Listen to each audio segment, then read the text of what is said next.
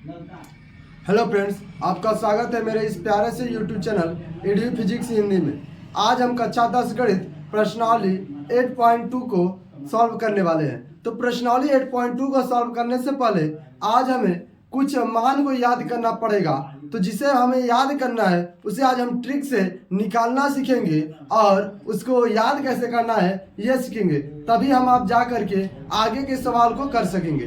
ठीक है, तो चलिए हम पहले निकालना जानते हैं कि किसका मान हमें निकालना है और कैसे निकालना है ये जानते हैं। तो हम जानते हैं कि कुल त्रिकोणमिति के 6 अनुपात होते हैं। कितने अनुपात होते हैं? तो 6 अनुपात होते हैं। साइन, कॉस, टैन, सेक, कोसेक और कॉट। ठीक है, ये 6 अनुपात होते हैं। लेकिन इनमें जो एंगल की बात करें 0 degree, 45 degree, 30 degree, 60 degree, 90 degree, इस पर जो एंगल होते हैं उनका अलग अलग मान आता है। उसी वैल्यू को हमें याद करने में बहुत सारी समस्याएं होती है। तो उस वैल्यू को याद करने का हम ट्रिक बताएंगे और निकाला कैसे जाता है अभी हम बताने जा रहे हैं। ट्रिक लास्ट में बताएंगे।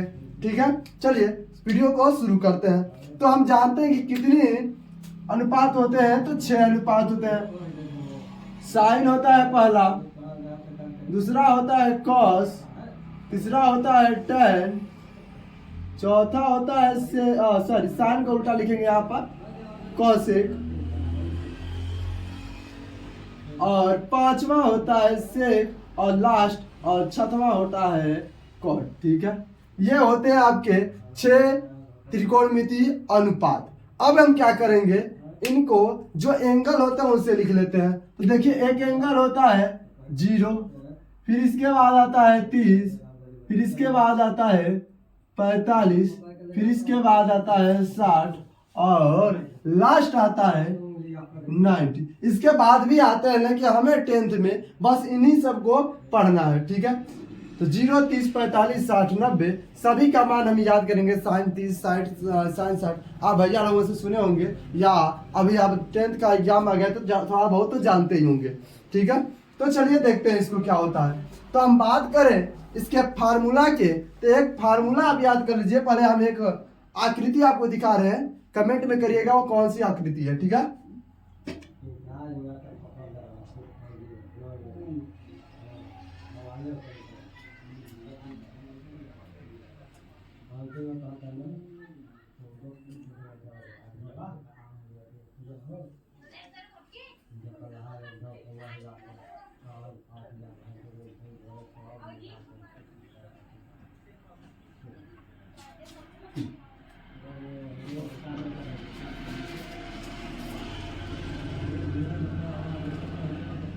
ये पंजा बना है, आप लोग अच्छा कलाम से जानते होंगे। तो मान लीजिए यहाँ पर पंजा है और पंजे में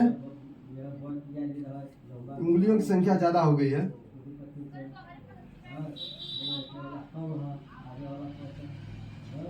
ठीक है, यह एक पंजा है जिस देखिए। ठीक है, तो यहाँ पर देखिएगा जो नीचे से हम स्टार्ट करेंगे, जो हमारी पंजा होता है 0, 30, 45, 60, 90। तो देखिए यहाँ पर होगा हमारा 0 एंगल, कितना होगा 0 एंगल, यहाँ पर 30, यहाँ पर 45, यहाँ पर 60 और यहाँ पर 90। ठीक है, अब देखिए ये हमारे फिंगर होते हैं। तो 0, 30, 45, 60, 90। आई बात समझ में? ठीक है, ठीक है, तो यहाँ पर ध्यान से देखिएगा 0, 30, 45, 60, 90। आपको बस एक फार्मूला याद करना है। वो फार्मूला क्या है? फार्मूला आपको लगाना है फार्मूला।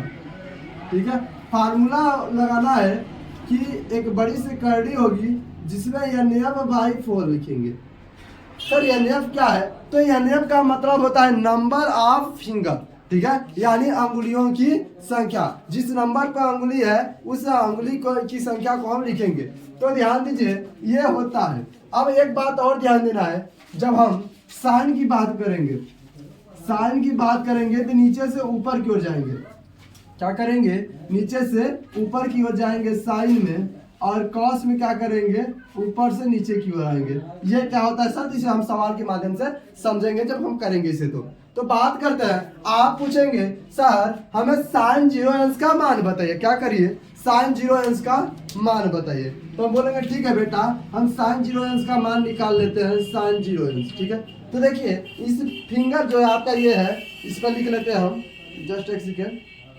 यहाँ पर होता है 0, 30, 45, 60 और 90। ठीक है, इस तरह से लिख लेंगे 0, 30, 45, 60 और 90। तो आपसे उन्हें पूछा कि सर साइन 0 अंश का मान बताइए। 0 का है सबसे नीचे है, इसके नीचे कितनी अंगुली है, इसके नीचे 0 के नीचे कितनी अंगुली, कितने नंबर है, पहले नंबर पे है, यानी इसके नीचे 0 अंगुली है। तो नीचे कितनी अंगुलियां हैं वो बस देखना हमें। तो 0 के नीचे कोई अंगुली नहीं है, तो नंबर ऑफ फिंगर कितना हो जाएगा 0/4, यानी सब मिला करके क्या हो जाएगा 0, क्योंकि 0 में 4 से डिवाइड करेंगे 0 होगा, 0 का वर्गमूल निकालेंगे तो 0 होगा।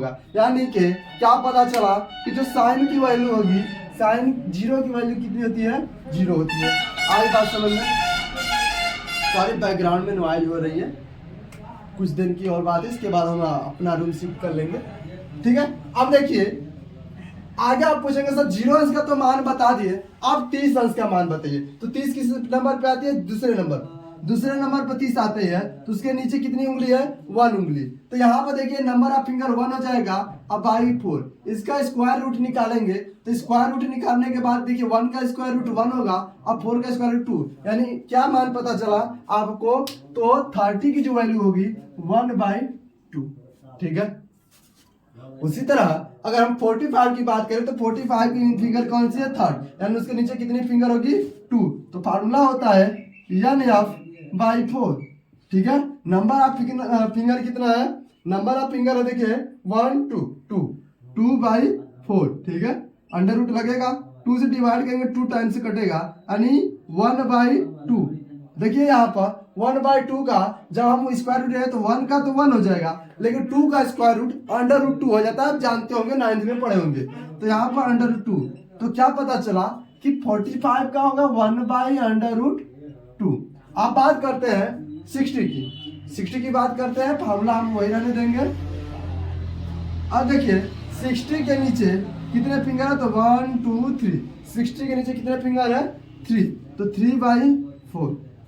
अब इसका स्क्वायर रूट निकालेंगे, क्योंकि कट तो पाएगा नहीं, तो 3 का जो रूट निकलेगा 3 निकलेगा, अंडर रूट 3 और 4 का 2, तो अंडर रूट 3/2। ठीक है, उसी तरह से अगर हम बोले 90 का मान निकालिए, तो 90 के नीचे कितने फिंगर हो गए, 90 के नीचे 4 फिंगर हो गए, तो यानी एफ के स्थान पर क्या हो जाएगा 4 हो जाएगा, और 4 से 4 डिवाइड हो जाएगा और 1 आ जाएगा बाहर। ठीक है, तो 90 की इक्वल मान कितना हो जाएगा 1। यहाँ तक कोई दिक्कत होगी, साइन की सारे वैल्यू आप निकालेंगे बस फिंगर पर देख करके। थोड़ा सा कैलकुलेशन मन में करना पड़ेगा, 2-4 बार करेंगे तो आपको लर्न हो जाएगा। अब चलते हैं हम कॉस की ओर, कि कॉस की वैल्यू कैसे निकालेंगे। तो ध्यान दीजिएगा, कॉस के लिए हम अगर कॉस 0 की मान गए, इसमें देखिए नीचे के फिंगर देख रहे थे, अब इसमें हम ऊपर की फिंगर देखेंगे कि ऊपर कितनी फिंगर है। तो कॉस 0 के ऊपर कितनी फिंगर है 1 2 3 4, कितनी फिंगर है 4 फिंगर, बाई 4 होता है 1 आएगा, तो यहाँ पर क्या आएगा 1। कॉस 0 का मान कितना आया 1। ठीक है, अगर हम कॉस 30 की मान कर बात करें, कॉस 30, तो कॉस में ऊपर से हम गिनते हैं, तो ऊपर से कितने नंबर पे है 1 2 3, तीसरे नंबर 3 से उंगली के बाद चौथे उंगली पर आता है 30, यानी क्या आ जाएगा 3/4 और अंडर 3/2 हो जाएगा जब स्क्वायर रूट निकालेंगे, तो अंडर 3/2। ठीक है, यहां से आपको यह पता चल रहा है कि देखिए 1 था लास्ट में, साइन का लास्ट वाला कॉस का पहला बनता है, साइन के लास्ट से जस्ट पहले इसका जस्ट पहले, फिर इसके बाद जब ये आ गया तो ये वाला यहीं पर आ जाएगा। ठीक है, यानी साइन का उल्टा कॉस बन जाएगा, तो 1/√2 कैसे निकलेगा। तो देखिए 45 अंश की मान निकाले हैं, 45 अंश के ऊपर कितनी उंगली है 2 उंगली, कितनी उंगली है 2 उंगली, तो नंबर ऑफ फिंगर कितना हो जाएगा 2, और बटा में 4 होता है, इसका स्क्वायर रूट निकालेंगे तो 1/2 हो जाएगा। 1/2 डिवाइड करने के बाद 1/2 आएगा, जिसका हम स्क्वायर रूट निकालेंगे तो 1/√2 आएगा, जो हमने लिखा है। ठीक है, अब 60 के पास जाए तो 60 के ऊपर कितनी फिंगर है, केवल पिंकी फिंगर है 1। ठीक है, 60 के ऊपर कितने फिंगर है, तो 1 फिंगर है, तो यहाँ पर क्या हो जाएगा नंबर ऑफ फिंगर 1/4, और इसका जब निकालेंगे स्क्वायर रूट तो 1/2 आएगा। ठीक है, 1/2 और लास्ट में 90 के ऊपर कोई भी फिंगर नहीं है तो 90 की वैल्यू कितनी हो जाएगी 0। आई बात समझ में? आई हो कि आपको साइन और कॉस की वैल्यू निकालने आ गई होगी। आगे हम बात करेंगे tan की वैल्यू कैसे निकालें, ठीक है।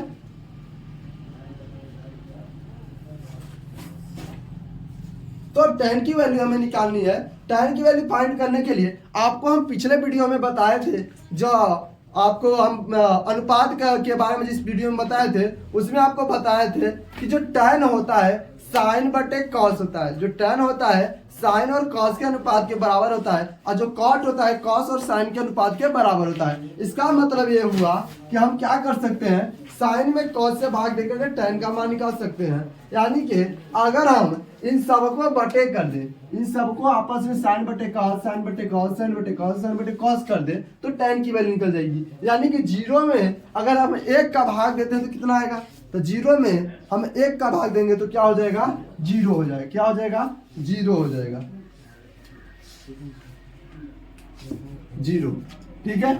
उसी तरह से अब इसका लेके भाग देंगे तो 1/2 में √3/2 कटेगा से भाग देंगे तो क्या होगा, तो हम बताए थे भाग में दूसरे से चौथा का भाग हो जाता है, यानी इससे ये कट जाएगा 2 से 2, बचेगा अंश में 1 और हर में कड़ी में 3, यानी 1/√3 भाग देकर आप रफ चेक कर सकते हैं, आपका भी उतना ही आएगा। अब इसमें देखिए हर और अंश सब बराबर है, ये पूरा कट करके क्या बनाएगा 1 बनाएगा, ठीक है। और इसमें देखते हैं, देखिए दूसरे से 14 कट जाएगा तो बचेगा √3/1। √3/1 हो उसका कोई मतलब नहीं होता है, तो यहाँ पे क्या आ जाएगा √3, ठीक है। अब देखिए जब हम 1 में 0 से भाग देते हैं तो आप जानते हैं जब हम 1 में किसी संख्या में 0 से भाग दे रहे हैं तो आप परिभाषित होता है, आप परिभाषित को इस तरह से लिखते हैं इन्फिनिटी, ठीक है। तो साइन कॉस tan को निकालना आपको आ गया। अब बात करते हैं कोसेक सेक और काट। तो कोसेक सेक और काट को निकालना कोई बात नहीं है, क्योंकि देखिए हम आपको बताए थे कि जो साइन का उल्टा होता है कोसेक होता है, सेक का जो होता है कॉस का उल्टा, और काट जो होता है tan का उल्टा है। तो देखिए साइन का उल्टा तो कोसेक है, इसका क्या है अपोजिट है, तो 0 के बटे में 1 लिए हैं, कोई दिक्कत नहीं होगा। यानी 0 को हम 0/1 तो भी लिख सकते हैं, क्योंकि डिवाइड देने पर तो 0 आएगा। अब इसको हम उलट दें, इसको हम उलट दें तो क्या हो जाएगा, उलटने पर 1/0 हो जाएगा, ठीक है ना। 0/1 था उसको उल्टा किए तो 1/0 हो गया, यानी हर को अंश, अंश को हर बना दिए। अब बताइए 1 में जब 0 से भाग देंगे तो क्या आएगा, तो बोलेंगे सर अभी आप बताएं कि अपरिभाषित आएगा। चलिए ठीक है, हम बोले भाई सही है अपरिभाषित आएगा। आगे चलते हैं, तो अगर साइन 30 कोसेक 30 को निकालना है तो साइन 30 को देखेंगे। साइन 30 की वैल्यू क्या है 1/2 है, तो बोले सर कोसेक का निकालना है उल्टा कर दीजिए। तो 1/2 था उसका उल्टा किए तो 2/1 आएगा, और बाई में 1 है तो उसको छोड़ ही देते हैं। आगे चलते हैं तो 45 की ओर चलते हैं। कोसेक 45 अंश का निकालना था, साइन 45 को देखे तो 1/√2 था, तो आप बोलेंगे सर इसको भी उल्टा कर दीजिए। इसको भी जब उल्टा किए तो √2/1 आता है और अपान 1 को छोड़ देते हैं। अब बात करते हैं हम कोसेक 60 अंश की। तो कोसेक 60 अंश में देखें तो साइन 60 का वैल्यू था √3/2, इसको जब उल्टा किए तो 2 ऊपर चला गया और √3 नीचे आ गया, यानी क्या बन गया, तो बन गया 2/√3, ठीक है। अब बात करें 90 अंश की, तो 90 की वैल्यू तो 1 है, साइन 90 की वैल्यू 1 है, तो 1/1 लिख सकते हैं। आज को उल्टा करें चाहे सीधा करें वैल्यू तो 1 ही आएगी, क्योंकि 1 नाचते रहेंगे आपस में, तो 1। ये हो गए कोसेक की। अब उसी तरह से हम निकालते हैं सेक की वैल्यू। सेक की वैल्यू निकालने के लिए क्या करेंगे, उसी तरह से 1। अब देखिए आपको फिर बता दें, जिस तरह से साइन का अपोजिट कॉस था उसी तरह से कोसेक का अपोजिट सेक होगा। तो आप अपोजिट लिख सकते हैं या फिर उसको उल्टा कर करके चेक कर सकते हैं। यानी 1 है, 1/1 ले सकते हैं, इसका उल्टा करेंगे तो 1/1 यानी 1 आएगा, जो इसका लास्ट का है। फिर देखिए जो कॉस है, कॉस का √3/2 उल्टा करेंगे तो 2/√3 आ जाएगा, जो कि इसके एक कदम आगे का है। फिर इसका देखें 1/2 उल्टा करेंगे तो √2 आएगा, जो वहां पर है ही। आगे चलते हैं, तो आगे है कौन सा, हम बात करते हैं सेक 60 अंश का। सेक 60 अंश का मान जो है 1/2 का उल्टा करेंगे तो 2 आएगा, जो ये वाला है ही। आगे चलते हैं हम 90 अंश के पास। तो 90 अंश का देखिए से cos 90 अंश का मान कितना है, 0 है। अब 0 को जब उल्टा करेंगे तो वो हो जाएगा 1/0, और 1/0 की वैल्यू कितनी होती है, अपरिभाषित, इनफिनिटी। तो देखिए एक्सचेंज हो गया कि नहीं, लास्ट में इनफिनिटी, इधर लास्ट में इनफिनिटी, ठीक है। अब बात करते हैं कॉट की, तो कॉट को भी हम इसी तरह से उल्टा कर करके लिख देंगे।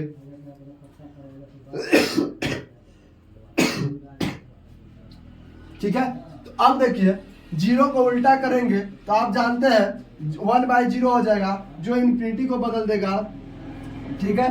और हम अगर tan को उल्टा करेंगे तो √3 ऊपर चला जाएगा, और हम 45 अंश का मान को उल्टा करेंगे तो 1 का उल्टा 1 नहीं हो जाएगा, और √3 का उल्टा करेंगे तो 1/√3 हो जाएगा। आप उल्टा करके चेक कर सकते हैं। और अपरिभाषित का मतलब क्या हुआ, अपरिभाषित का मतलब हुआ 1/0। अब 1/0 को जब उल्टा करेंगे तो 0/1 हो जाएगा। इट मीन्स क्या हो जाएगा, 0। जो tan था उसका अपोजिट निकल गया। आई होप कि आपको यहाँ तक समझ में आ गया होगा, ठीक है। तो अगर आपको साइन की वैल्यू पता है, अगर आपको साइन की वैल्यू पता है तो आप बाकी सब वैल्यू को निकाल सकते हैं इजीली। क्या करेंगे, साइन की वैल्यू लर्न कर लेंगे, इसके बाद उसका अपोजिट लिख लेंगे तो cos की वैल्यू पता चल जाएगी, और उस आपस में डिवाइड करेंगे तो tan की वैल्यू पता चल गई। अब साइन cos tan की वैल्यू पता चल गई तो सबको बस उल्टा करते जाएंगे, सबकी वैल्यू पता होती चल जाएगी। Thank you.